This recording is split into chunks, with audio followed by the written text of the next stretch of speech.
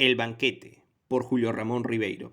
Con 2 meses de anticipación, don Fernando Pasamano había preparado los pormenores de ese magno suceso. En primer término, su residencia hubo de sufrir una transformación general. Como se trataba de un caserón antiguo, fue necesario echar abajo algunos muros, agrandar las ventanas, cambiar la madera de los pisos y pintar de nuevo todas las paredes. Esta reforma trajo consigo otras y, como esas personas que cuando se compran un par de zapatos juzgan que es necesario estrenarlos con calcetines nuevos y luego con una camisa nueva y luego con un terno nuevo y así sucesivamente hasta llegar al calzoncillo nuevo. Don Fernando se vio obligado a renovar todo el mobiliario, desde las consolas del salón hasta el último banco de la repostería. Luego vinieron las alfombras, las lámparas, las cortinas y los cuadros para cubrir esas paredes que desde que estaban limpias parecían más grandes. Finalmente, como dentro del programa estaba previsto un concierto en el jardín, fue necesario construir un jardín. En 15 días una cuadrilla de jardineros japoneses edificaron en lo que antes era una especie de huerta salvaje un maravilloso jardín rococó, donde había cipreses tallados, caminitos sin salidas, laguna de peces rojos y una gruta para las divinidades y un puente rústico de madera que cruzaba sobre un torrente imaginario. Lo más grave, sin embargo, fue la confección del menú. Don Fernando y su mujer, como la mayoría de la gente proveniente del interior, solo habían asistido en su vida a comilonas provinciales, en las cuales se mezcla la chicha con el whisky y se termina devorando los cuyes con la mano. Por esta razón, sus ideas acerca de lo que debía servirse en un banquete al presidente eran confusas. La parentela, convocada a un consejo especial, no hizo sino aumentar el desconcierto. Al fin, don Fernando decidió hacer una encuesta en los principales hoteles y restaurantes de la ciudad y así pudo enterarse que existían manjares presidenciales y vinos preciosos que fue necesario encargarlo por avión a las viñas del mediodía. Cuando todos estos detalles quedaron ultimados, don Fernando constató con cierta angustia que en ese banquete al cual asistirían 150 personas, 40 mozos de servicio, 2 orquestas, un cuerpo de ballet y un operador de cine, había invertido toda su fortuna, pero al fin de cuentas todo dispendio le parecía pequeño para los enormes beneficios que obtendría de esa recepción. Con una embajada en Europa y un ferrocarril a mis tierras de la montaña, rehacemos nuestra fortuna en menos de lo que canta un gallo, decía su mujer. Yo no pido más, soy un hombre modesto. Falta saber si el presidente vendrá, replicaba su mujer. En efecto, don Fernando había omitido hasta el momento de hacer efectiva su invitación. Le bastaba saber que era pariente del presidente, con uno de esos parentescos serranos tan vagos como indemostrables y que por lo general nunca se esclarecen por el temor de encontrarles un origen adulterino para estar plenamente seguro que aceptaría.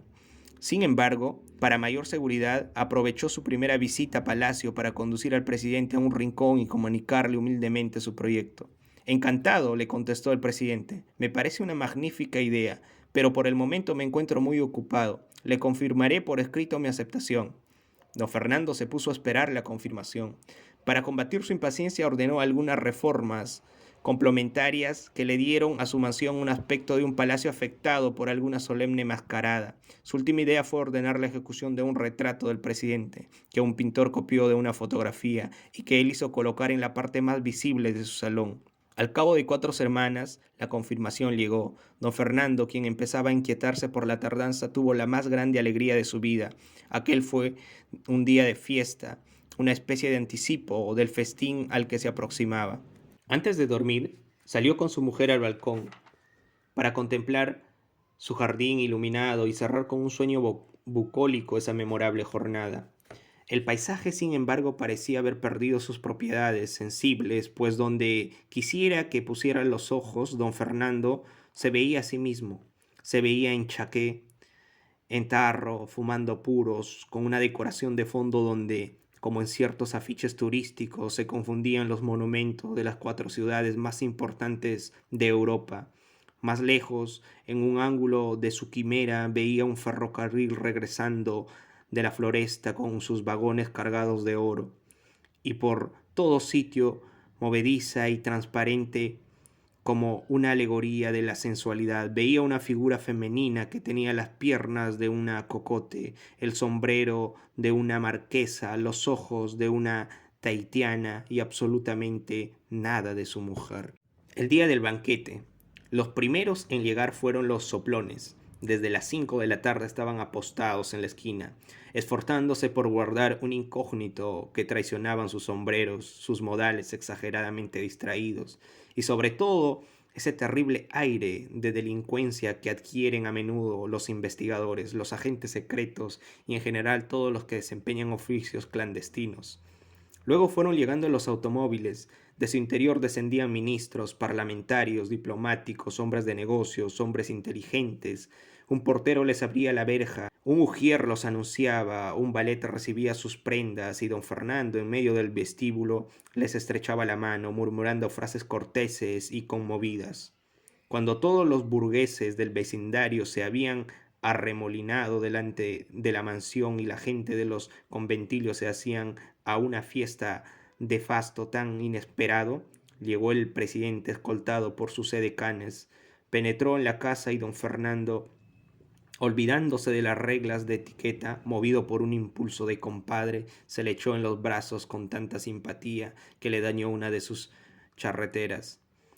Repartidos por los salones, los pasillos y la terraza y el jardín, los invitados se bebieron discretamente entre chistes y epigramas los 40 cajones de whisky. Luego se acomodaron en las mesas que les estaban reservadas.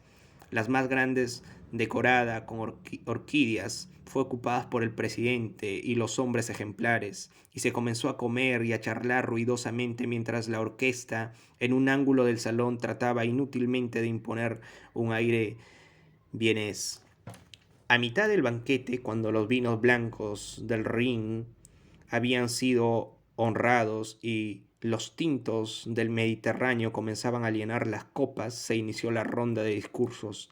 La llegada del faisán los interrumpió y solo al final, servido el champán, regresó la elocuencia y los panegíricos se prolongaban hasta el café para ahogarse definitivamente en las copas del coñac.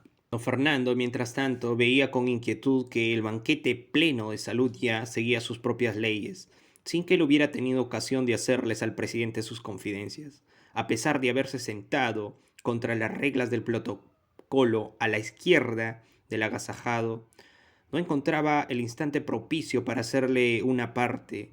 Para el colmo, terminando el servicio, los comensales se levantaban para formar grupos amodorrados y digistónicos, y él, en su papel de anfitrión, se vio obligado a correr de grupo en grupo para reanimarlos con copas de menta, palmaditas, puros y paradojas. Cerca de medianoche, cuando ya el ministro de gobierno ebrio se había visto forzado a una aparatosa retirada, don Fernando logró conducir al presidente a la salita de música y allí sentados, el uno de esos canapés que en la corte de Versalles servían para declararse a una princesa o para desbaratar una coalición, le deslizó al oído su modesta demanda.